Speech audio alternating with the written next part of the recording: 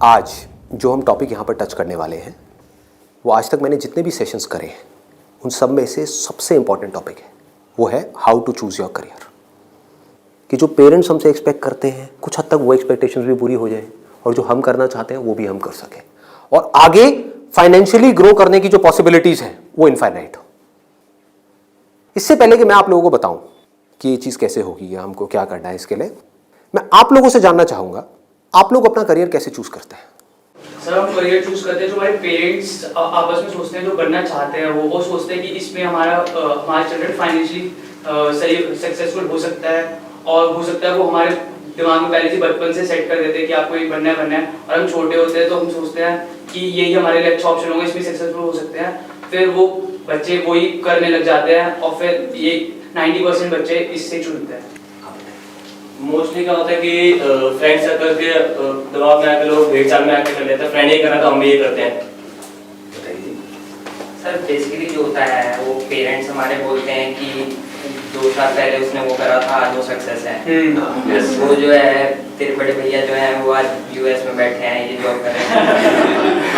तो बेसिकली ये कहते हैं कि तू भी ये कर ले, तू भी उसकी तरह स्टैंड हो जा। कोई इंटरेस्ट के बारे में बात नहीं करता कि हमारा इंटरेस्ट किसमें है किसमें नहीं है। बट सर वो पेरेंट्स जब हमसे पूछते हैं कि आप ये नहीं करना वो नहीं करना तो बताओ क्या करना है, तो सर कई बार ये भी होता है कि हमारे पास ही जवाब नहीं होता, हम क्या करें, हमें यही नहीं पता होता।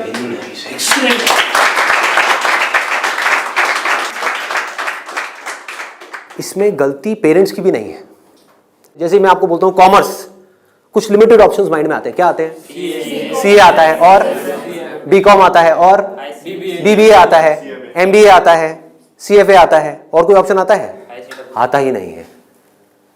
तो ध्यान से देखो क्या हो रहा है। हम सब बच्चों की सोच एक जैसी है, सब पेरेंट्स की सोच एक जैसी है।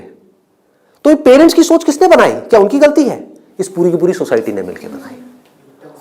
पेरेंट्स की सोच बनी और पेरेंट्स से बचपन से आज तक जो उन्होंने सुना देखा करा वहां से आपकी सोच बनी आपके पेरेंट्स से। तो अल्टीमेटली आप में और आपके पेरेंट्स में कोई फर्क नहीं है, उनको ब्लेम मत करो। आपकी सोच भी उनके जैसी ही है। अगर नहीं है तो बताओ कोई और ऑप्शंस। नहीं आते ना माइंड में? साइंस में बोलता हूं, साइंस बैकग्राउंड, क्या ऑप्शंस आते हैं माइंड में? इंजीनियरिंग। इंजीनियरिंग में भी क्या आता है? जैसे इंजीनियरिंग वर्ड आता है क्या आता है माइंड में? आईआईटी आता है, ठीक है। मेडिकल में क्या आता है? एमबीबीएस, सर्जन्स, और कुछ? नो सर, बस यही है। देखो हमारी सोच कितनी लिमिटेड हो गई है। माइंड में कुछ आता ही नहीं है तो करेंगे कैसे? आपके माइंड में कुछ आएगा तभी तो वो चीज होगी। अगर माइंड में हिमालय नाम का पहाड़ होगा तभी तो उस पर चढ़ोगे। माइंड में हिमालय है ही नहीं तो कैसे चढ़ोगे? वहां तक जाना तो बहुत दूर की बात है। क्या करोगे? तो क्या होगा आपके साथ में? वही जो उन सब लोगों के साथ में हो रहा है जिनकी सोच ऐसी है। अपने आसपास में देख लो क्या हो रहा है उन लोगों के साथ में। अगर हम चाहते हैं हमारे साथ में कुछ अलग हो तो हमें क्या करना पड़ेगा? अपनी सोच को तोड़ना पड़ेगा। सबसे पहले समझेंगे कि एग्जैक्टली हो क्या रहा है, फिर ये देखेंगे कि हम क्या कर सकते हैं और क्या करना है। इसको आप पीछे सर्कुलेट कर दीजिए।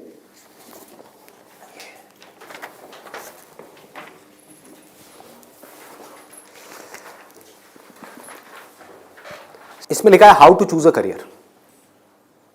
अच्छा, पढ़ाई में हमको आगे बढ़ने के लिए मान लो जैसे मैंने बोला साइंस बैकग्राउंड, तो माइंड में क्या आया? इंजीनियरिंग आया, इंजीनियरिंग से आईआईटी आया, आईआईटी से कोटा आया, या और ये जो तैयारी वाले इंस्टीट्यूट्स हैं वो आए, वहां पर जाओ, जा करके तैयारी करो, यही सब होता है। तो अब अगर आपको इस रास्ते पे सक्सेसफुल होना है कि मतलब आपको आईआईटी में पहुंचना है, आईआईएम्स में पहुंचना है, मेडिकल में टॉप कॉलेज में पहुंचना है, तो क्या चाहिए? हार्डवर्क से काम हो जाएगा। आराम से सोचो, आराम से सोचो। ये जो सोच है ना हमारी वो बड़ी खतरनाक बनी हुई है। उसी सोच पे क्वेश्चन मार्क लगाना है। हार्डवर्क सबसे ज्यादा कौन करता है? एक रिक्शे वाला, लेबरर सक्सेसफुल हो जाता है वो। ऐसे बच्चे देखे हैं जो बहुत हार्डवर्क करते हैं और तब भी नहीं हो पाता उनका, और ऐसे बच्चे हैं जो इतना हार्डवर्क नहीं करते हैं, अपनी लाइफ में एक बैलेंस बनाते हैं, मतलब घूमते फिरते भी है, मजे भी करते हैं, साथ साथ में पढ़ाई भी करते हैं और वो टॉप कर जाते हैं। तो इसका मतलब क्या है? हार्डवर्क पे क्वेश्चन मार्क लगाओ। हार्डवर्क इंपॉर्टेंट है, लेकिन हार्डवर्क भी अगर सही डायरेक्शन में ना किया जाए तो बकवास है। समझ रहे हो? सक्सेस यहां है, आप वहां भाग रहे हो पूरी जान लगा करके पागलों की तरह, कभी सक्सेसफुल हो सकते हो? हार्डवर्क तो कर रहे हो, क्यों नहीं हो सकते? डायरेक्शन ही गलत है। सबसे पहले क्या चाहिए? एक सही डायरेक्शन चाहिए, सबसे पहले, मोस्ट इंपॉर्टेंट। मतलब कि जिस डायरेक्शन में हम भाग रहे हैं, पहले हमको उसको समझना है कि हम सही डायरेक्शन में भी भाग रहे हैं या इसलिए भाग रहे हैं क्योंकि सब भाग रहे हैं। या ये कहो, हो सकता है ये जो सब भाग रहे हैं उसमें से कुछ लोगों के लिए वो डायरेक्शन सही हो, हमारे लिए गलत हो। समझ पा रहे हो? पता कैसे चलेगा कि कैसे पता लगेगा? एक्सीलेंट। देखो क्या है, सिर्फ दो पैरामीटर्स हैं जिसके ऊपर हमको दिमाग लगाना है। एक है कंपटीशन, एक है कंसंट्रेशन पावर। जहां पर भी कंपटीशन ज्यादा है, मतलब क्या है कि वहां पर लाखों बच्चे ट्राई कर रहे हैं, होना कितनों का है? 1%, 2%, 3%। रियलिटी है। मैं कुछ भी हाइपोथेटिकल बात नहीं करूंगा। क्या ये जो लाखों बच्चे ट्राई करते हैं, कोई भी ये सोच करके ट्राई करता है, लाखों रुपए जा करके कोचिंग इंस्टीट्यूट में स्पेंड करता है कि मेरा नहीं होगा? देखो कितना मजेदार है। मतलब लाखों को यह लग रहा है कि हमारा हो जाएगा। तो अब सबसे पहला यहां पर जो क्वेश्चन पूछना है, जो ना अभी पेरेंट्स पूछ रहे हैं ना बच्चे खुद पूछ रहे हैं, वो अपने आप से पूछना है। वो ये कि मेरी कंसंट्रेशन पावर्स कैसी है। सिंपल है ना? इसमें कोई कॉम्प्लिकेटेड है? कि अगर आपको इन कॉम्पिटिटिव एग्जाम्स में कॉम्पीट करना है, दिन में 10-10 घंटे पढ़ना है, 15-15 घंटे पढ़ना है, उससे भी काम नहीं होने वाला, क्योंकि बहुत लोग पढ़ते हैं फिर भी नहीं कर पाते। तो इसका मतलब क्या है? आपको अपने आप से सच बोलना होगा। अब ये बड़ा टेढ़ा काम है, क्योंकि दुनिया में हमारी आदत क्या पड़ी हुई है? झूठ बोलने की। किसी से भी जाकर के पूछो, हाँ भाई तेरे में पोटेंशियल है, कर लेगा आईटी? हाँ मैं तो कर लूंगा, मैं तो कर लूंगा। फिर हुआ क्यों नहीं? हुआ क्यों नहीं? अरे वो लक साथ नहीं हो पाया, कोई वजह होगी, नहीं हो पाया। मतलब क्या था? डायरेक्शन ही गलत थी, स्टार्टिंग ही गलत हो गई। अब आप कैसे ये डिसाइड करोगे कि आपकी कंसंट्रेशन पावर स्ट्रांग है या नहीं है? माइंड की थोड़ा सा डेप्थ में जाते हैं। कैसे डिसाइड करोगे?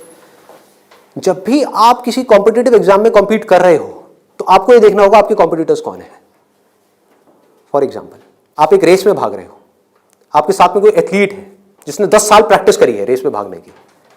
आप कभी नहीं भागे, धीरे धीरे जॉगिंग करी है, लेकिन रेस में कभी तेज नहीं भागे। जीत पाओगे उससे? करो हार्डवर्क। वो 10 साल से भाग रहा है और वो रुकने वाला नहीं है, उसके पास में पूरा का पूरा एक मोमेंटम है। वो अगले 2 साल तक भी ऐसे ही भागने वाला जैसे वो 10 साल से भागता आया है। आप अभी भागना शुरू कर रहे हो।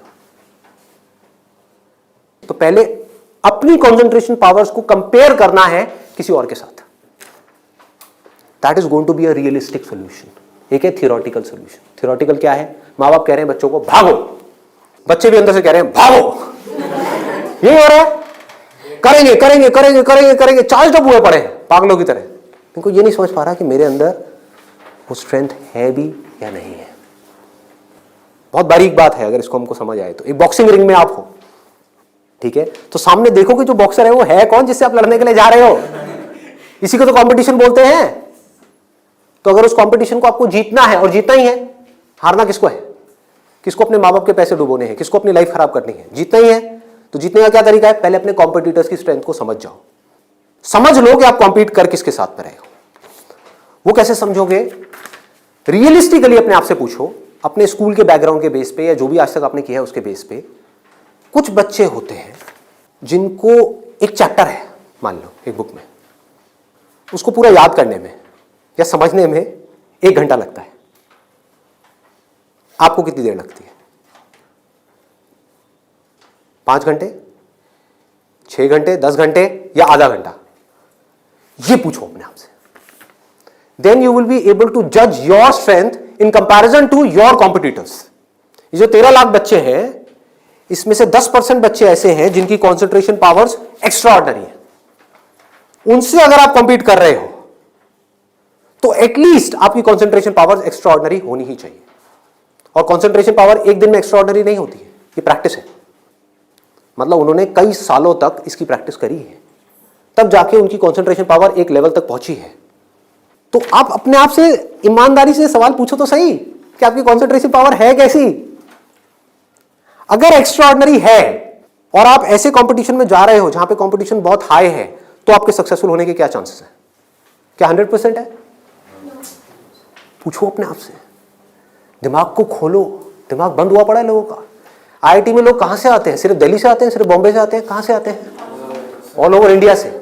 मान लो 1 लाख बच्चे ऐसे हैं इंडिया में अलग अलग स्कूल्स में जो अपनी अपनी क्लास में टॉपर हैं।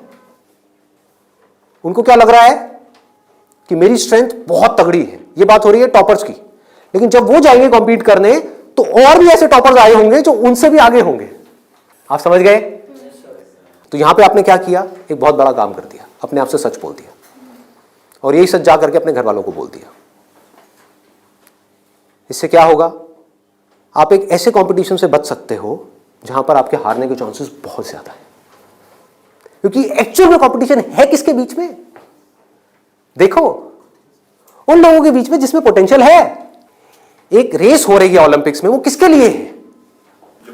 जिसने बहुत प्रैक्टिस करी है, जिसके अंदर पोटेंशियल है, स्टैमिना है, फोकस करने की पावर्स है, डिस्ट्रैक्शन से वो अपने माइंड को हटा सकता है, उसके लिए है ना। सबके लिए तो नहीं है। अगर सबको भगा दिया जाए उस रेस में तो क्या होगा? क्योंकि उसमें जीतने के बाद गोल्ड मेडल मिलता है, अखबार में फोटो आती है। अखबार में फोटो आती है ना, इन कोचिंग इंस्टीट्यूट्स की फोटो आती है, नाम लिखे होते हैं, ऑल इंडिया रैंक ये है, ये है, ये है। उसको देख करके क्या होता है माँ बाप की हालत? उनको उसकी फोटो नहीं दिख रही होती, अपने बच्चे की फोटो दिख रही होती है। यहाँ पे आने वाले इतने साल बाद मेरे बच्चे की फोटो होगी, मेरी बेटी की फोटो होगी, उसकी ये रैंक होगी। यहाँ से क्या हो रहा है? हम अननेसेसरी अपनी एक ख्याली दुनिया खड़ी कर रहे हैं। पेरेंट्स ने अपने दिमाग में एक ख्याल बना लिया। अब यहाँ तक प्रॉब्लम नहीं है, उन्होंने वही किया जो होना था, सबके साथ होता है। कौन नहीं चाहेगा? गड़बड़ कहाँ हुई? आप भी इस खेल को नहीं समझ पाए, आप समझ ही नहीं पाए हो क्या रहा है। ये जो कोचिंग इंडस्ट्री है आज की डेट में 1.5 लाख करोड़ की इंडस्ट्री है। ये पैसा कहाँ से आ रहा है? हम सब से आ रहा है, हमारी जेब से आ रहा है। तो अगर इस खेल को हम समझ जाएं, हमारे पेरेंट्स नहीं भी समझ पा रहे क्योंकि वो तो सपने देखेंगे ही, और हम जाकर के बोले ये सपना आप अभी रोक दो, इस पे लगाम लगाओ, देखो पहले कि आपका बच्चा कहां स्टैंड करता है। गाड़ी आपके पास में 800 और कॉम्पीट करने की बात कर रहे हो फेरारी वालों से, बट इसका मतलब ये नहीं है 800 बुरी है। आप समझ गए मेरी बात? रेस में बुरी है, बट दिल्ली की सड़कों पे, पुरानी दिल्ली में फेरारी अच्छी है, 800 अच्छी है, 800 अच्छी है, ज्यादा सक्सेसफुल है। बट वही अगर उस रेस में चली जाए जिसमें सब भाग रही हैं और सारी 800 नहीं है, फरारीज है, एक से एक फरारीज है, किसमें कितनी आग लगी हुई है वो आपको पता ही नहीं है। आप समझ पा रहे हो? कोई आ रहा है कहीं से, उस बच्चे में कितनी आग है और कितना पोटेंशियल है वो आप सपने में भी नहीं सोच सकते, और आप उससे लड़ने की बात कर रहे हो।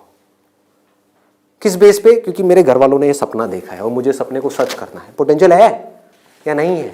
पूछो अपने आप से, तो आपको क्लियर कट जवाब मिलेगा। क्लियर कट 10% लोग ऐसे होते हैं जिनमें एक्चुअल में पोटेंशियल है इन एग्जाम्स में कॉम्पीट करने का। तो if you are there in that top 10% category, तो अब आपका हार्डवर्क यहां पे काम आने वाला है। Depending upon your hard work, बशर्ते आपके अंदर पोटेंशियल हो। फॉर एग्जाम्पल फेरारीज की रेस हो रही है, उसमें आपने पूरी जान लगा दी, एक सेकंड के लिए भी डिस्ट्रैक्ट नहीं हुए।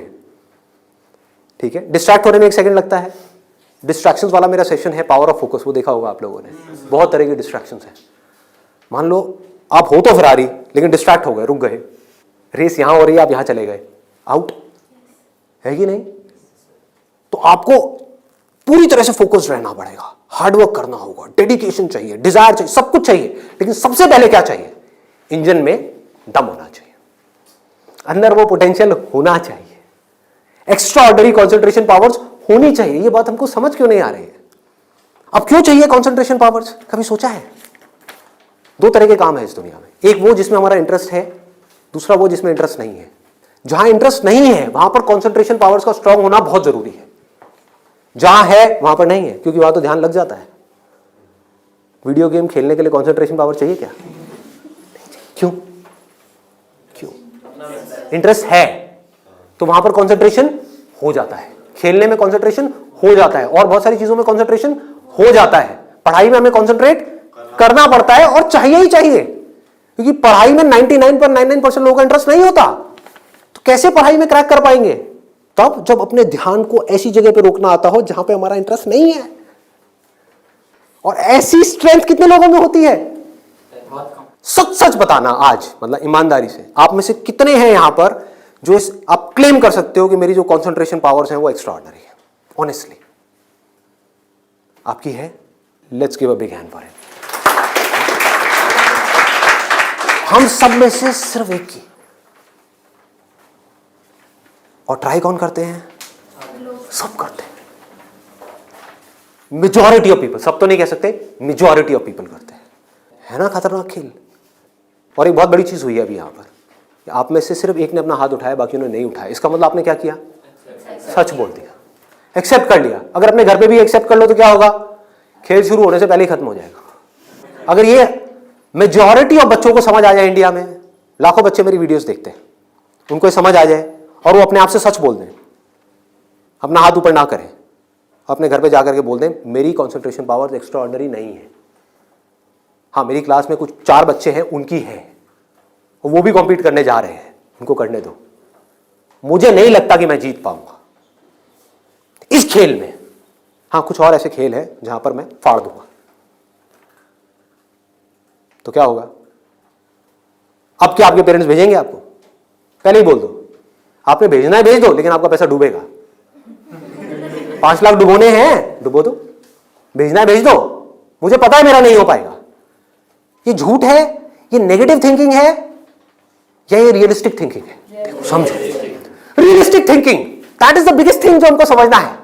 पॉजिटिव थिंकिंग का लोग मतलब क्या निकालते हैं कि मेरे पास में मारुति 800 है और मैं ये एक्सेप्ट ही ना करूं कि मेरे पास में मारुति 800 है, मैं अपना ख्याल बना लूं कि मेरे पास में फेरारी है और जाकर के कॉम्पीट करूं ऐसे लोगों के साथ में जिनके पास में एक्चुअल में फेरारी है।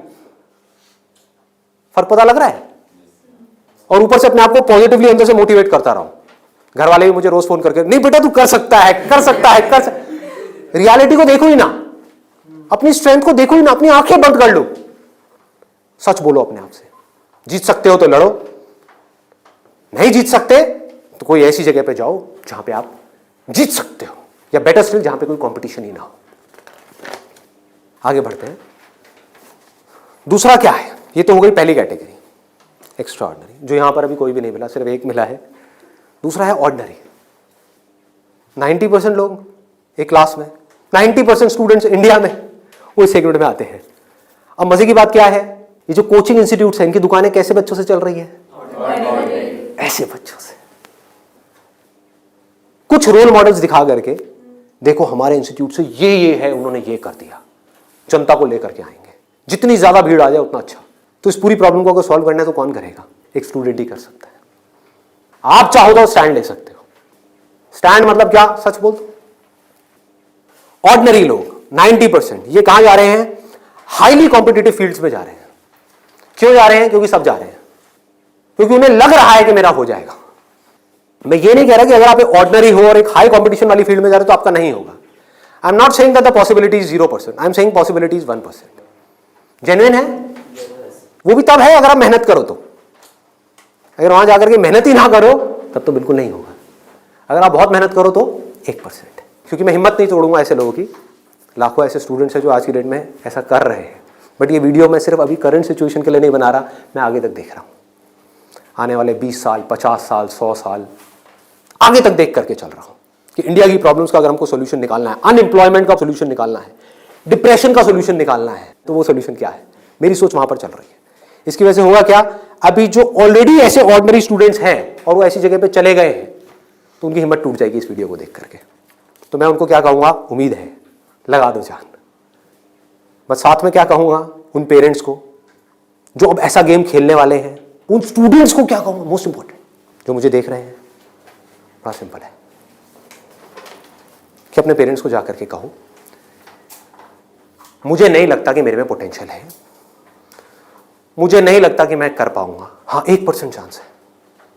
सच बोल दो, बोलो मैं ये नहीं कह सकता मैं कर ही नहीं सकता, 1% चांस, 99% चांस है मैं नहीं कर पाऊंगा। मैं जानता हूं अपने आप को, आप नहीं जानते, मैं जानता हूं। मुझे पता है अंदर से कि मैं क्या हूं, मुझे पता है अंदर से कि मेरे अंदर कितनी आग है, कितना पोटेंशियल है। मैं अपने दोस्तों के साथ में बैठ के पढ़ा हूं, मुझे पता है अंदर से कि मैं क्या हूं। तो आप क्या कहोगे? सच बोलोगे अपने घर वालों को जाके कि देखो, अगर आप मुझे 2 साल तक की कोचिंग कराओगे, उसमें मान लो ₹1,00,000 साल की फीस हो गई, प्लस रहना, खाना पीना, व्हाटएवर इट इज, टोटल मान लो 2 साल में कितना खर्चा आया? 4-5 लाख रुपए। 5 लाख मान लेते हैं। तो आप बोलोगे अपने घर वालों को जाकर के, अगर अभी भी ये सब सुनने के बाद भी आप कहते हो कोई बात नहीं बेटा 1% चांस है तू कर ले, तो मैं आपको एक बेटर ऑप्शन देता हूं प्रैक्टिकल रियलिटी के बेस पे। यहां पे अगर आपके पेरेंट्स आपके ऊपर दाव लगाते हैं, जीतने के चांसेस क्या है पेरेंट्स के? 1:100। इससे बेटर ऑप्शन क्या है? गोवा जाओ। Seriously, I am serious about it, मजाक नहीं कर रहा। गोवा जाओ, वहां पे कैसीनोज हैं, वहां पे अगर आप 5 लाख रुपए लगाते हो, एक रूले करके गेम है, पता है आप लोगों को? सारे जुआरी हैं क्या यहाँ पे? रूले गेम है जिसमें एक बॉल घुमाते हैं, 36 नंबर होते हैं और एक 0 होता है। वहां पे अगर आप 1 नंबर पे पैसा लगाते हो और वो नंबर आ जाता है तो 1 रुपए आपका बन जाता है 36 रुपए। जीतने की प्रोबेबिलिटी क्या है? 1:37। यहां पर क्या है? 1:100। वहां पर क्या है? 1:37, मतलब इससे डबल से भी ज्यादा है। तो अपने पेरेंट्स को सजेशन दो कि जुआ खेलना ही है तो ये बेटर ऑप्शन है, खेलते हैं ना। मेरी जिंदगी क्यों दांव पे लगा रहे हो? मुझे तो बचने दो। अरे खेलना है तो मिलके खेलते हैं।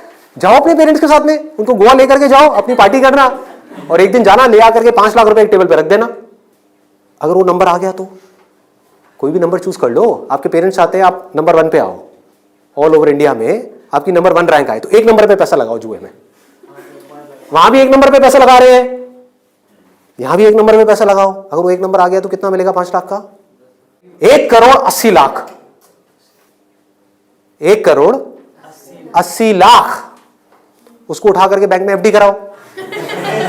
कितना इंटरेस्ट आएगा? 12%। तो टाइम गया। आप मान लो टैक्स वैक्स काट के 7-8% भी आ गया आपके हाथ में, महीने का ₹1,00,000, साल का 12 लाख रुपए। सोचो क्या ये प्रैक्टिकल है या नहीं है? जो बात मैंने बोली है थियोरेटिकल है, प्रैक्टिकल है। वहां भी जुआ है, यहां भी जुआ है। आप भी बोल रहे हो हाँ शायद मेरा हो जाएगा, पेरेंट्स भी कह रहे हैं हाँ शायद इसका हो जाएगा। प्रोबेबिलिटी हमारे सामने है, आपके होने की जो प्रोबेबिलिटी है वो हमारे सामने है। हाँ अगर आप एक्स्ट्राऑर्डिनरी में हो तो बात अलग है, मैं उसकी बात नहीं कर रहा। वहां पर आ गई 10% से 100%, तो वहां पर जुए का कोई कंपैरिजन नहीं है, ठीक है ना। बट अगर आप ऑर्डिनरी में हो और वहां पर जाकर के आप कॉम्पीट कर रहे हो, इससे बेटर ऑप्शन है जुआ। और घर वाले कहेंगे पैसा डूब गया तो जुए में, तो बोलो वो तो यहां भी डूब रहा है। हाँ? यहां भी तो डूब रहा है। फर्क क्या है? इसको बोलते हैं एक रियलिटी के बेस पर समझ करके सोच करके लिया हुआ डिसीजन। तो अब तीसरा ऑप्शन क्या है हमारे पास में?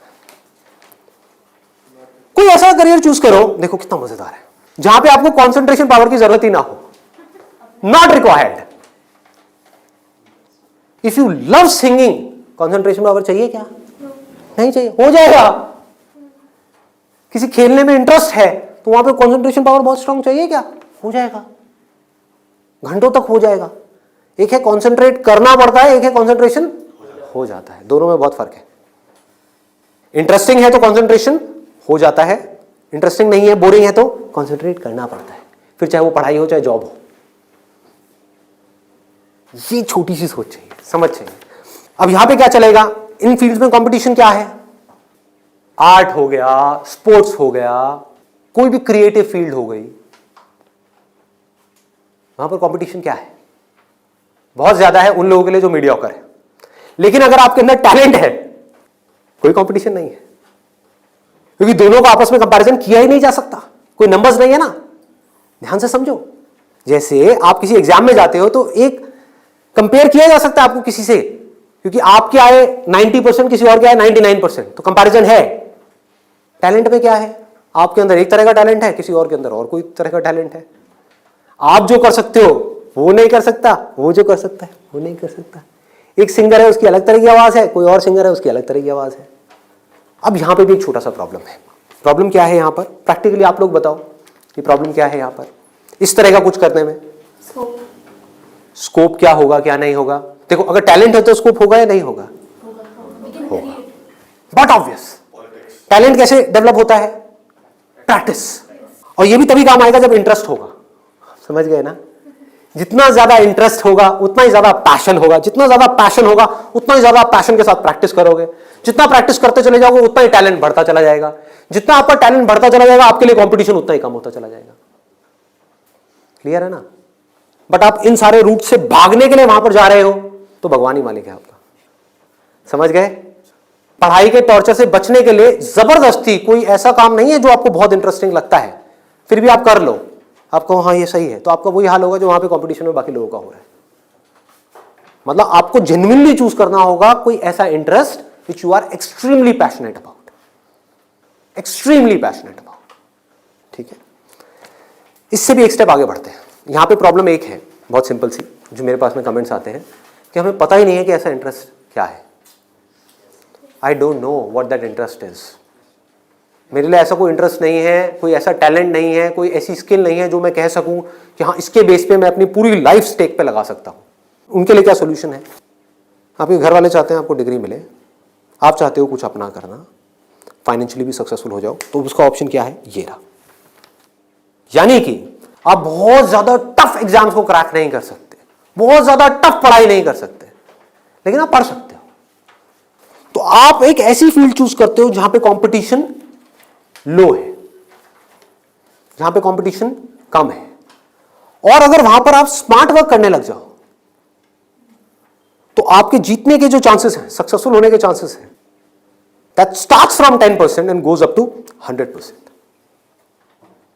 एज गुड एज उन लोगों के कंपैरिजन में जो यहां पर टॉपर है। और यहां पर कोई लिमिट नहीं है कि हम क्या कर सकते हैं। स्मार्ट वर्क को मैंने नीचे डिफाइन भी किया हुआ है कि what does smart work mean. It means developing your understanding, that is smart work. जो काम आप कर रहे हो उसकी समझ अगर आपको है कि आप क्या कर रहे हो, क्यों कर रहे हो, कैसे कर रहे हो, तो आप स्मार्ट वर्क कर रहे हो। समझ नहीं है बस कर रहे हो तो आप हार्ड वर्क कर रहे हो। अब इसमें मैं आपको एक प्रैक्टिकल एग्जांपल देने वाला हूं। एक सिंपल सा करियर मैं आपको बता रहा हूं, फिजियोथेरेपी। सुना इसके बारे में सबने? अभी कुछ दिन पहले मेरी नेक में थोड़ा सा पेन हुआ, मैंने गूगल पे जाकर के सर्च किया physiotherapy services at home in my area. Locality मैं नहीं बताऊंगा नहीं तो लोग मेरे घर आ जाएंगे। तो मैंने सर्च किया, वहाँ पर ऊपर कुछ लिस्टिंग्स आई, कुछ वेबसाइट्स आई, उसमें एक डॉक्टर का नाम मुझे मिला, उनकी मैं वेबसाइट पे गया, वहाँ जा करके उन डॉक्टर के बारे में मैंने 2-3 मिनट पढ़ा, समझा, मुझे अच्छा लगा पढ़ करके, समझ करके। उनको फ़ोन किया, वो मेरे घर पे आए, उन्होंने मुझे 7 दिन तक फिजियोथेरेपी ट्रीटमेंट दिया। वो एक ट्रीटमेंट का लेते हैं 500 से 700 रुपये, कई बार 1000 रुपये भी लेते हैं, depending upon the complications and time involved. मेरे से उन्होंने लिए 500 रुपये। मैंने उनसे पूछा कि आप दिन में ऑन एन एवरेज कितने ट्रीटमेंट्स करते हो? उन्होंने कहा एक दिन का ऑन एन एवरेज मैं 8 से 10 ट्रीटमेंट्स करता हूँ। मैंने कैलकुलेशन करी, दिमाग चलाया, 8 से 10 का मतलब क्या हुआ? 4 से 5,000 रुपये एक दिन का, एक महीने का नहीं, एक दिन का। कितना हो गया एक महीने का? लाख से 1.25 लाख रुपए।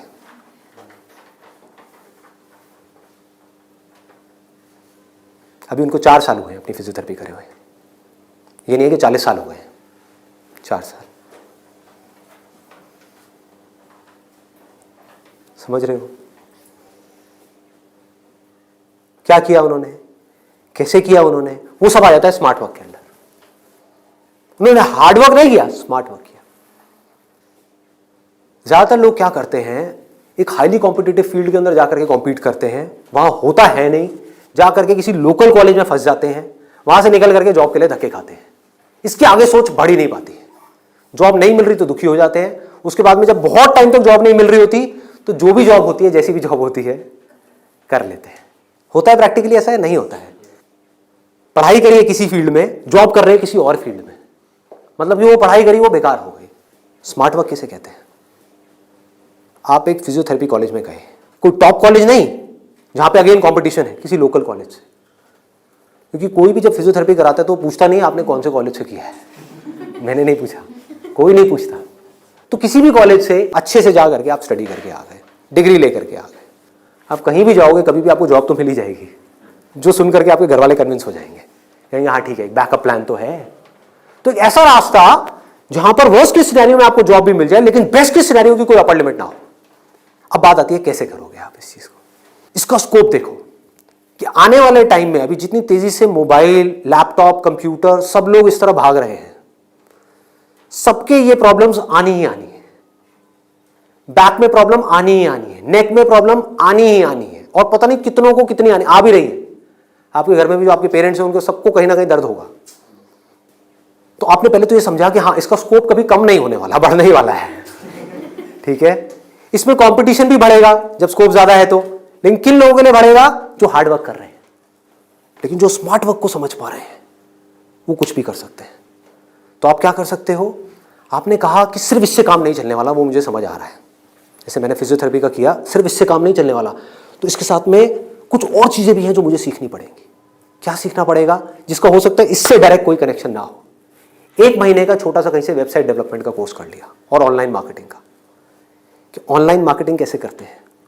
गूगल में जब भी आप कुछ सर्च करते हो तो वहां पे एड्स आती हैं, उसको बोलते हैं गूगल एडवर्ड्स। ये किस तरह से काम करता है? आपने कहा ऑनलाइन मार्केटिंग मैंने सीख ली, उसके अलावा मुझे अपनी कम्युनिकेशन स्किल्स पे काम करना होगा, क्योंकि अगर मैं कहीं जा रहा हूं, किसी से बात कर रहा हूं और मैं बेवकूफ लग रहा हूं बात करने में, तो कोई मुझे दोबारा क्यों बुलाएगा? तो आपने क्या किया? कम्युनिकेशन स्किल्स का एक कोर्स किया 1 महीने का, उसके अलावा इंग्लिश स्पीकिंग का एक कोर्स किया 6 महीने का या 1 साल का। इस सबसे हो क्या रहा है? आप एज एन इंडिविजुअल बेटर बनते चले जा रहे हो।